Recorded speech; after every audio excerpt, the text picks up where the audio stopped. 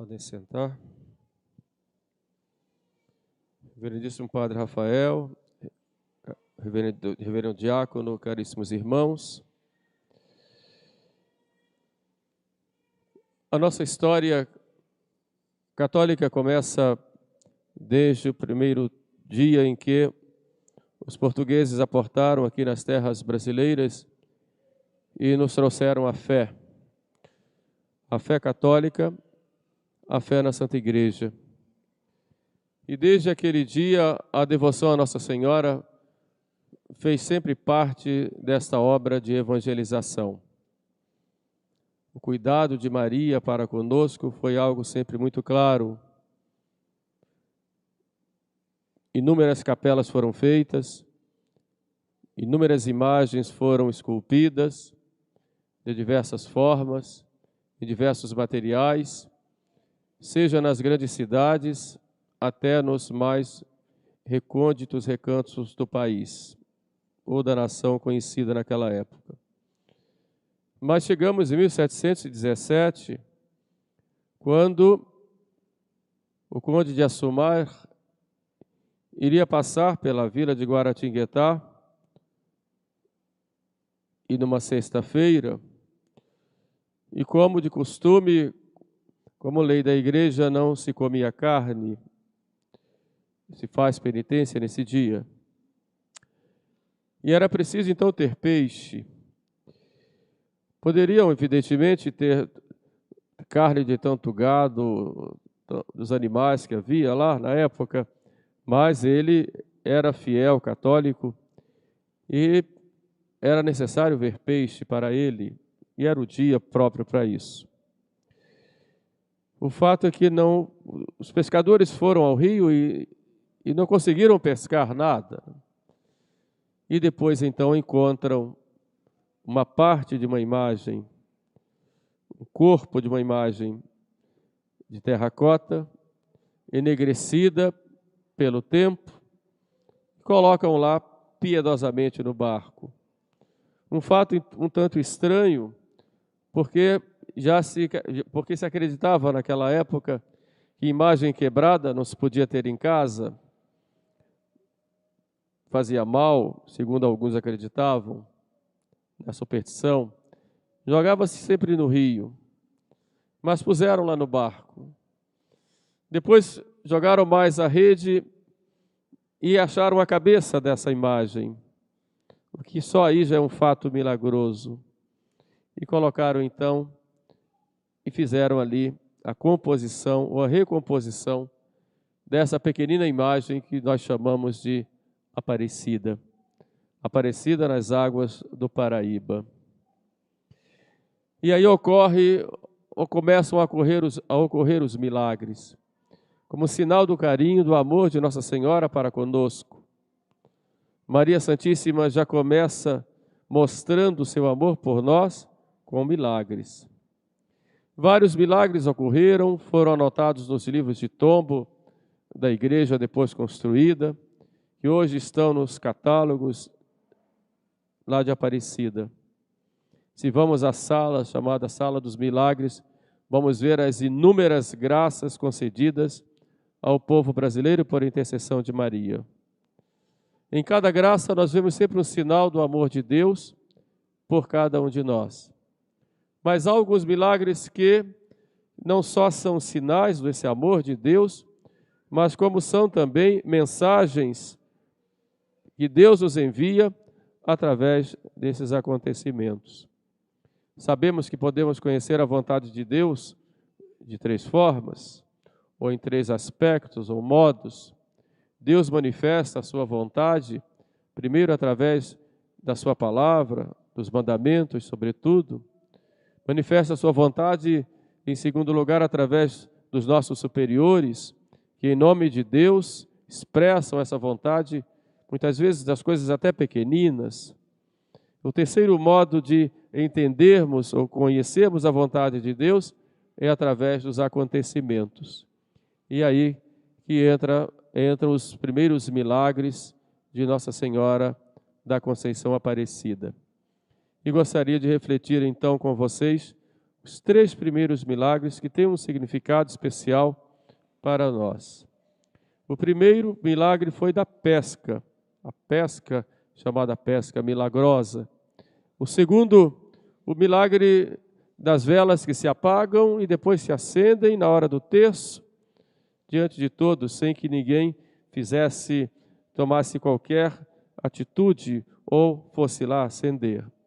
E o terceiro milagre que gostaria de refletir com vocês, o milagre daquele escravo que ficou liberto com suas cadeias quebradas quando pede para rezar diante da imagem de Nossa Senhora Aparecida. Vejamos, pois, o primeiro milagre, o da pesca. A barca sempre foi símbolo na história da igreja, símbolo da própria igreja. Jesus, quantas vezes ia à barca de Pedro, e quando foi chamar Pedro definitivamente com os primeiros apóstolos, depois apóstolos, os primeiros discípulos, Jesus Cristo disse: vem que eu vos farei pescadores de homens, ou pescadores de almas. Pedro estava estupefacto por um milagre também que Jesus tinha feito, de uma pesca extraordinária no lago de Genezaré. Mas agora vemos aqueles 3 homens simples lá de Guaratinguetá, acostumados com o rio Paraíba, eles agora tentam pescar e não conseguem nada naquele dia. E depois que encontram a imagem, cuidam dela com carinho, envolvem num pano, deixam guardada lá no barco, jogando as redes. As narrações da época dizem que pegaram tanta quantidade de peixes que tiveram que logo irem para a margem do rio, que a barquinha frágil não estava suportando. Barca representa a igreja. Os peixes representam os homens, representa cada um de nós. Aqueles pescadores representam os instrumentos que Deus usa para dar as suas graças para nós, para evangelizar. E o rio é símbolo do mundo.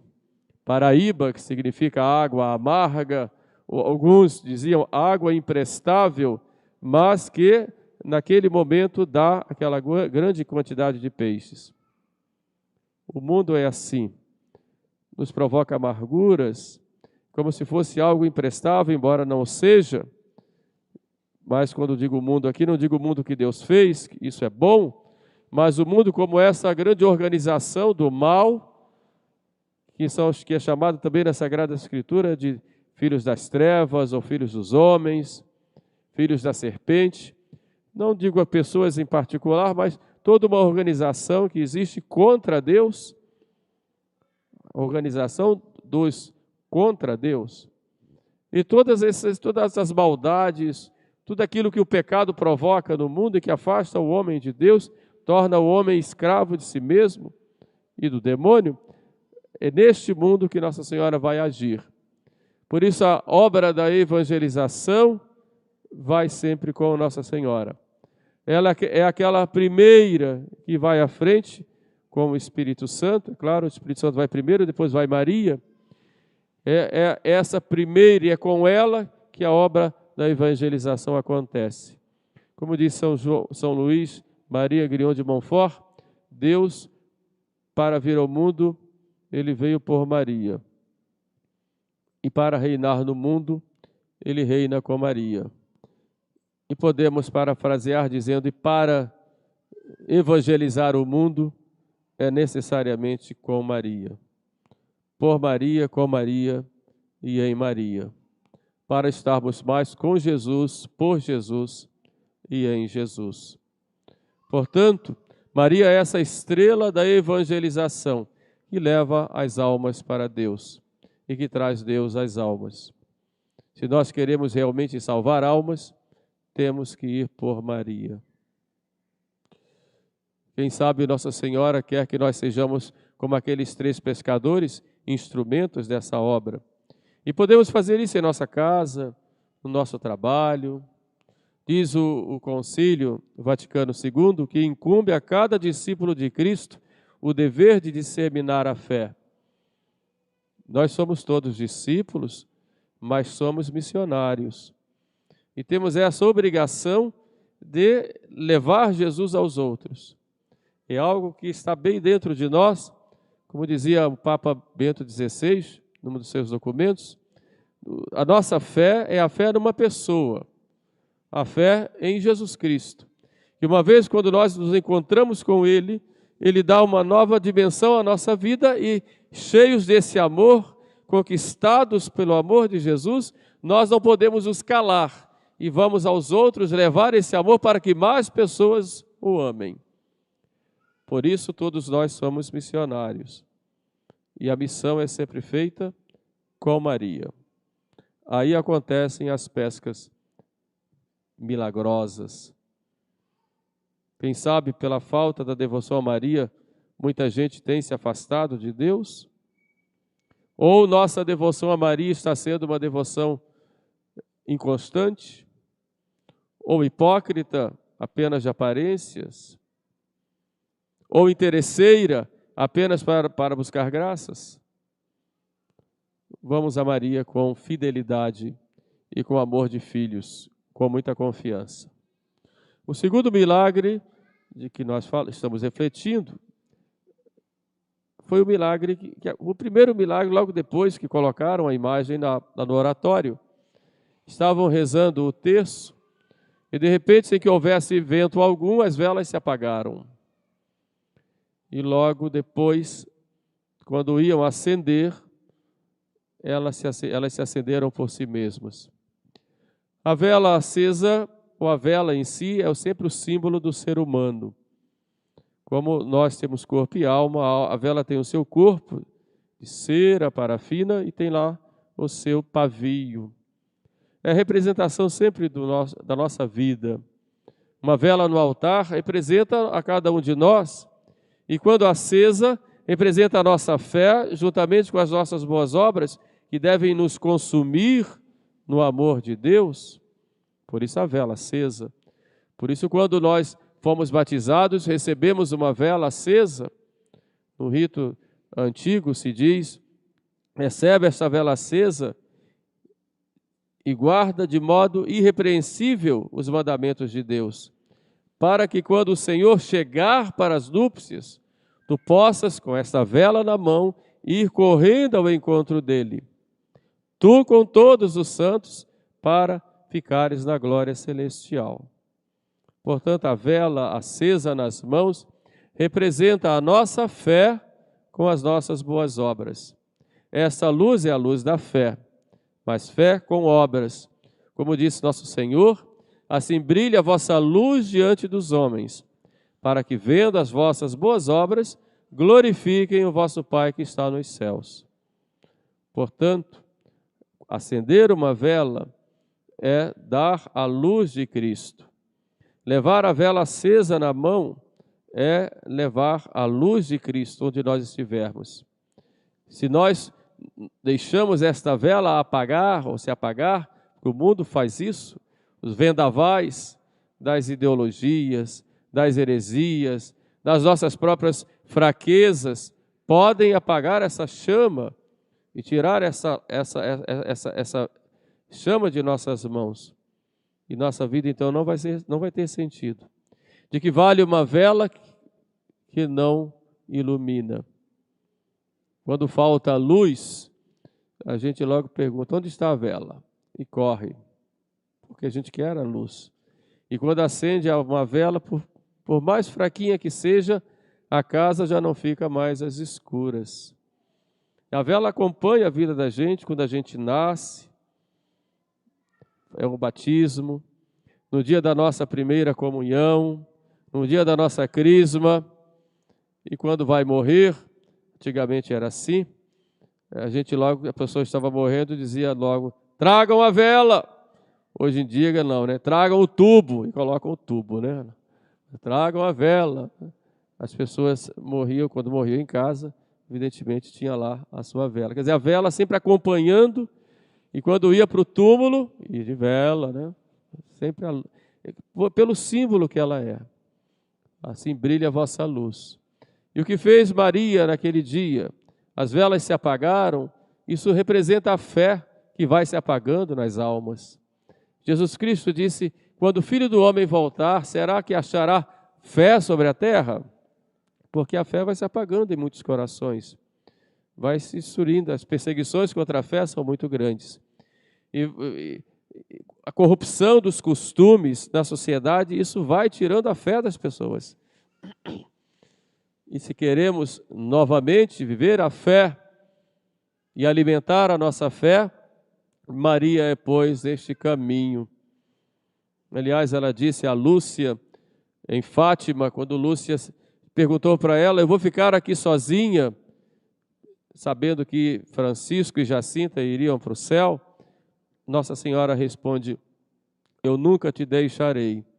O meu coração será o teu refúgio e o caminho que te conduzirá a Deus. Então é Maria quem traz esta luz, que é o próprio Cristo, e trazendo essa luz, ela é esse caminho que nos conduz a nosso Senhor. E é interessante que esse segundo milagre ocorre todos rezando um terço. Significativo, pois, Nossa Senhora em Fátima, já mostrando dias terríveis que nós teríamos, sobretudo no século XX, agora século XXI, Maria Santíssima manda que nós rezemos o terço todos os dias, pela paz do mundo e pela conversão dos pecadores. Portanto, a reza do terço vai nos sustentar na fé. O terço que é compêndio de fé e é sinal de esperança e grande mensagem de amor para conosco, de Deus para conosco, e expressão do nosso amor para com Deus por Maria. Portanto, rezemos o terço todos os dias para conservarmos a fé. E se ela estivesse apagando, mais ainda rezemos o terço. Maria virá reacender em nós essa chama da fé e do amor de Deus.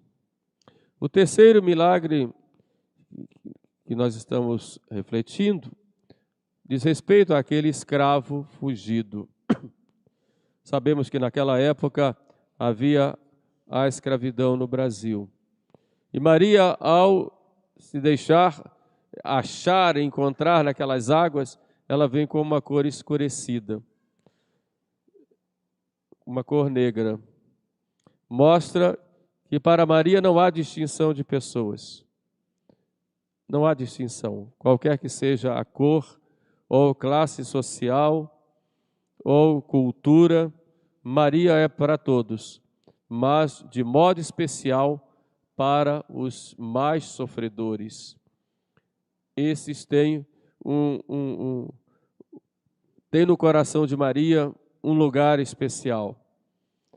E é o que ocorreu com aquele escravo, é algo que expressa bem isto. O escravo tinha fugido, foi pego e foi levado acorrentado, e passando diante da igreja, já da igreja velha, ele pede para entrar para rezar. Não sabemos a oração daquele escravo diante da pequenina imagem de Nossa Senhora, mas sabemos o que Nossa Senhora deu para ele. Enquanto estava em oração, as correntes se quebraram, e o dono, vendo aquilo, ele diz: se Nossa Senhora libertou, quem sou eu para não libertar? E deu a liberdade para aquele homem.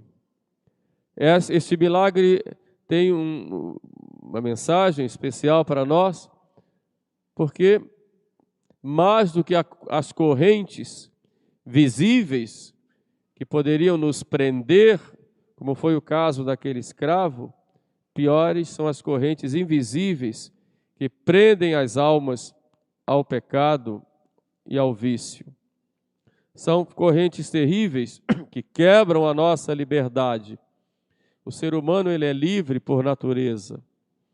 Se nós tiramos a liberdade do ser humano, nós destruímos o ser humano como tal e o ser humano se torna pior do que os animais.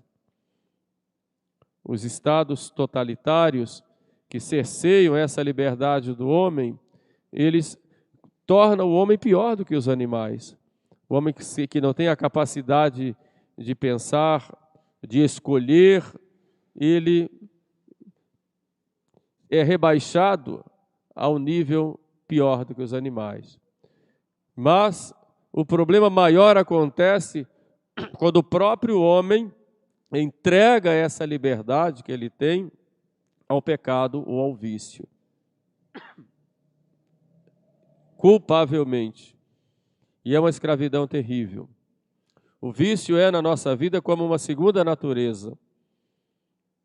É uma paixão desordenada que nos impede de agir, de falar livremente, de pensar e de escolher.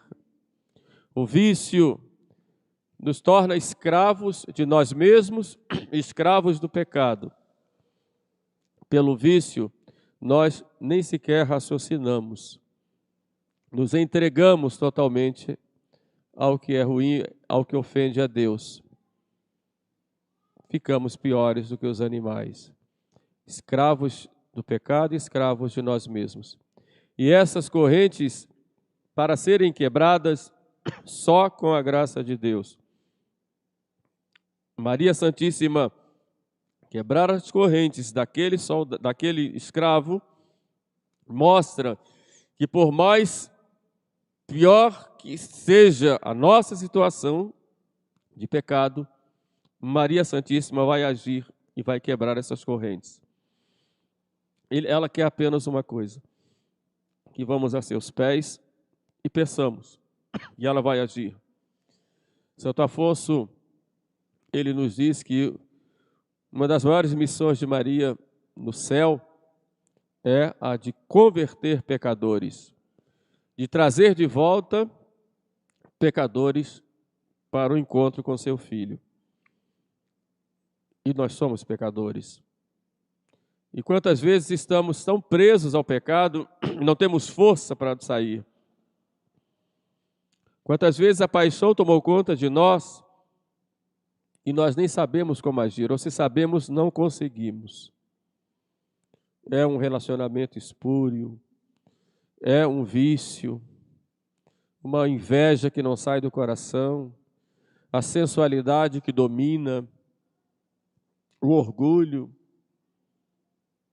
enfim, tantos vícios que podem nos prender, e é só com Maria que nós conseguimos deixar. Por isso devemos ir ao encontro dela e, prostrados com humildade, pedir a Maria: quebra, ó Mãe, essas correntes que estão me prendendo ao mal. Quebra, ó Mãe. Eu não consigo. Sou presa fácil do inimigo. Quebra, ó Mãe.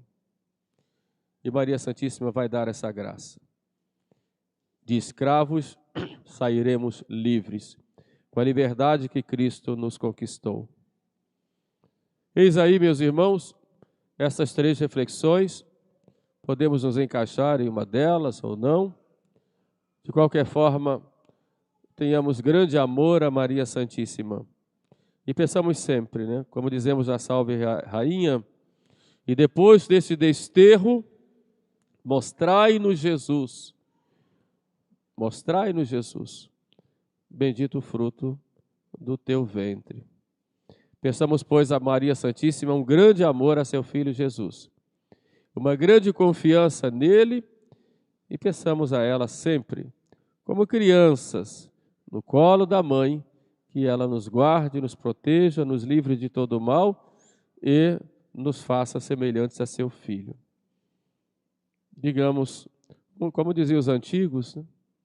Ó Maria, recebei-me como eu sou e fazei-me como quereis que eu seja. Amém.